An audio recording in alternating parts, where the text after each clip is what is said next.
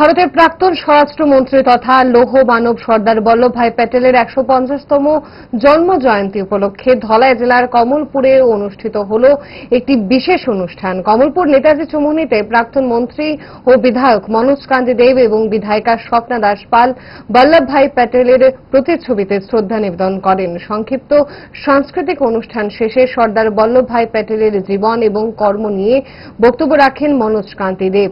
অনুষ্ঠানে উপস্থিত ছিলেন কমলপুর নগর পঞ্চায়েতের চেয়ারম্যান প্রশান্ত সিনহা, ভাইস চেয়ারম্যান সুব্রত মজুমদার, আমবাসা পুর পরিষদের কাউন্সিলর শঙ্কর চক্রবর্তী সহ অন্যান্য অতিথিবৃন্দ। সবুজ পতাকা নেড়ে এদিন অতিথিরা একতা যাত্রার সূচনা করেন। জাতীয় পতাকা ও ট্যাবলো নিয়ে বের হওয়া এই ইউনিটি মার্চে বিভিন্ন সম্প্রদায়ের মানুষ অংশগ্রহণ করেন।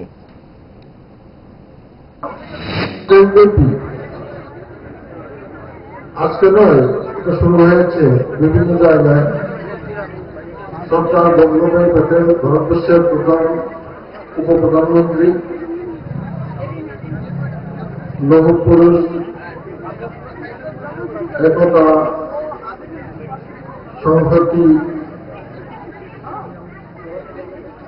এবং জাতীয়তাবোধ এই ঐক্যের প্রতীক। বল্লভভাই প্যাটেলকে স্মরণ করার একটা মুহূর্ত। সেটা সারা ভারতবর্ষব্যাপী এই ইউনিটি মার্চ হচ্ছে। তারই অঙ্গ হিসেবে কমলপুরেও নেতাজি বাংলাদেশ থেকে মানিকবাজার পর্যন্ত ইউনিটি রান হবে।